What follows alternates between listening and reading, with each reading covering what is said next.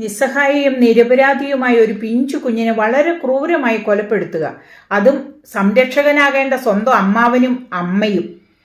ഇനി ഇവർ മാത്രമല്ല, ഇനി 3-ാം പ്രതി കൂടി വരികയാണ്, ഒരാൾ ദൈവം. ഈ ആൾ ദൈവത്തെ അന്വേഷിച്ച് പോലീസുകാർ അയാളുടെ പിന്നാലെ നടക്കുകയാണ്. അയാളെ അറസ്റ്റ് ചെയ്തിട്ടുണ്ട്. ആ വാർത്ത കൂടി നമുക്ക് കാണണം. ആ വാർത്ത കേൾക്കുമ്പോഴാണ് ഇനിയും എത്ര സത്യങ്ങൾ വെളിച്ചത്ത് വരാനുണ്ടെന്ന്. ഒട്ടക്കിണറ്റിൽ തവളയുടെ കൂട്ടാണ് നമ്മളെ ഈ കേരളീയർ ജീവിക്കുന്നത്. ഒരു സാമൂഹിക ബോധവും ഇല്ലാത്ത മനുഷ്യർ. എന്നാണാവോ നമ്മുടെ കേരളം ഇനി നന്നാവുക?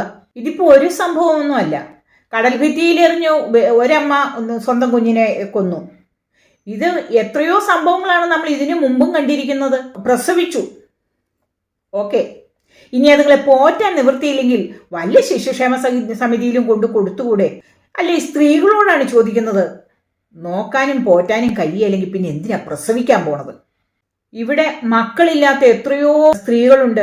അവര് നല്ല പൊന്നുപോലെ വളർത്തും. അങ്ങനെയുള്ളവരെ നോക്കി കണ്ടുപിടിക്കണം, അവർക്ക് കുഞ്ഞുങ്ങളെ കൊടുക്കണം, അല്ലെങ്കിൽ അനാഥാലയത്തിൽ കൊടുക്കണം, അതല്ലെങ്കിൽ ശിശുക്ഷേമ സമിതിയിൽ ഏൽപ്പിക്കണം. ഈ പാവം കുഞ്ഞുങ്ങളെ എന്തിനാണ് ഇത്ര ക്രൂരമായി കൊല്ലുന്നത്? തലപെരിപ്പിക്കുന്ന വാർത്തകൾ നമ്മളിങ്ങനെ ഒന്നിനു പിറകെ ഒന്നായി കേട്ടുകൊണ്ടിരിക്കുകയാണ്. ഇപ്പൊ വാർത്താ ചാനൽ തുറക്കുമ്പോഴത്തേക്കും പേടിയാ, പുതിയ എന്ത് ന്യൂസാ കിട്ടുന്നതെന്ന്. ആൾ ദൈവങ്ങൾ കൂണുപോലെ മുളയ്ക്കുന്നു. കാരണം എന്താ? കൈ നനയാതെ മീൻ പിടിക്കാമെന്ന് ഇവർക്കറിയാം. അത് തന്നെ ദൈവവിശ്വാസം എന്നത് മനുഷ്യന് സമാധാനവും ശാന്തിയും ജീവിതത്തിൽ ഉണ്ടാകുന്നതിനാണ്. അന്ധവിശ്വാസം നരകത്തിലേക്കേ മനുഷ്യനെ നയിക്കുകയുള്ളൂ. അതിൻ്റെ ഉത്തമ ദൃഷ്ടാന്തങ്ങളാണ് നമ്മളിപ്പോൾ ഈ കണ്ടുകൊണ്ടിരിക്കുന്ന വാർത്തകളെല്ലാം തന്നെയും. ഓരോ അന്ധവിശ്വാസിയും ആൾ ദൈവങ്ങളെ അന്വേഷിച്ച് നടക്കുക. ദാരിദ്ര്യമാണെങ്കിലും ഒരു വീട്ടിൽ സ്വർഗം പണിയാൻ സാധിക്കും. മാതാപിതാക്കളും മക്കളും കൊച്ചുമക്കളും വൃദ്ധരും എല്ലാവരും ഒന്നിച്ച് പരസ്പര സ്നേഹവും വിശ്വാസത്തോടും കൂടി ഇരുന്നാൽ ആ കുടുംബത്തിൽ സ്വർഗം പണിയാൻ സാധിക്കും. അങ്ങനെയൊരു സ്വർഗം ഒരിക്കലും ഒരിടത്തും നമുക്ക് പണിയാൻ പറ്റില്ല. ഈ ആൾ ദൈവങ്ങളെ അന്വേഷിച്ച് നമ്മൾ നമ്മുടെ കയ്യിലിരിക്കുന്ന പൈസയും കൊടുത്ത് ഇവരുടെ പിന്നാലെ നടക്കുമ്പോൾ ഇവർ പറയുന്നത് കേട്ട് നമ്മുടെ ബ്രെയിൻ തന്നെ മരവിച്ചു പോകും.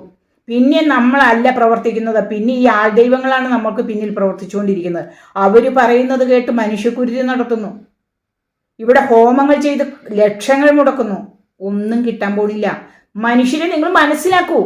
ഈ അന്ധവിശ്വാസികൾ മനസ്സിലാക്കേണ്ട കാര്യം സ്വർഗം നമ്മുടെ കുടുംബത്തിലാണ്, നമ്മുടെ മനസ്സിലാണ്. നമ്മുടെ കയ്യിലിരിക്കുന്ന കാശ് മേടിക്കാൻ ഈ ആൾ ദൈവങ്ങൾ ഇങ്ങനെ എവിടെയെങ്കിലും ഒരു ഷെഡും കെട്ടി അവിടെ ഇങ്ങനെ തപസ്സിരിക്കുന്നത്. അതെങ്ങനെയാ? മനുഷ്യന് കൈക്കൂലി കൊടുത്തൊരു ശീലമായി. ദൈവത്തിനും കൈക്കൂലി കൊടുത്താലേ എന്തെങ്കിലുമൊക്കെ ഇങ്ങോട്ട് കിട്ടൂ എന്നുള്ളൊരു ധാരണയാണ്. അതുകൊണ്ടാണ് ആളുകൾ പള്ളി പണിയുന്നിടത്തും അമ്പലങ്ങൾ പണിയുന്നിടത്തും കൈക്കൂലി കൊടുക്കുന്നത്. എന്തിനാ? പള്ളിയും അമ്പലവും ഉയരുന്നതിനല്ല. സ്വന്തം ജീവിതത്തിൽ എന്തെങ്കിലുമൊക്കെ പരിവർത്തനങ്ങൾ വരണമെങ്കിൽ ഈ ദൈവങ്ങൾ വിചാരിച്ചാലേ നടക്കുകയുള്ളൂ എന്നുള്ളൊരു ചിന്തയാണ്. അല്ല, ഒരിക്കലുമല്ല. നിങ്ങൾ വിജയിക്കണമെങ്കിൽ നിങ്ങൾ തന്നെ പ്രയത്നിക്കണം.